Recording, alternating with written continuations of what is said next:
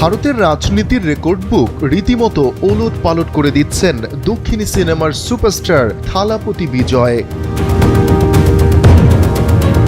প্রথমবার নির্বাচনে অংশ নিয়েই পেয়েছেন ভূমিধস জয়। সবচেয়ে বেশি আসন পেয়েছে তার দল।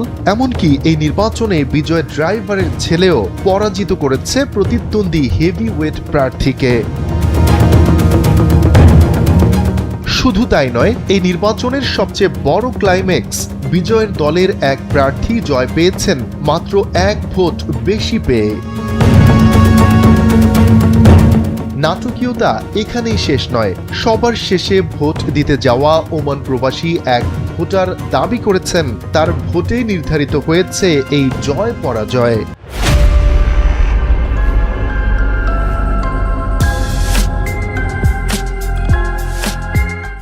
ভারতীয় সংবাদ মাধ্যমগুলো একে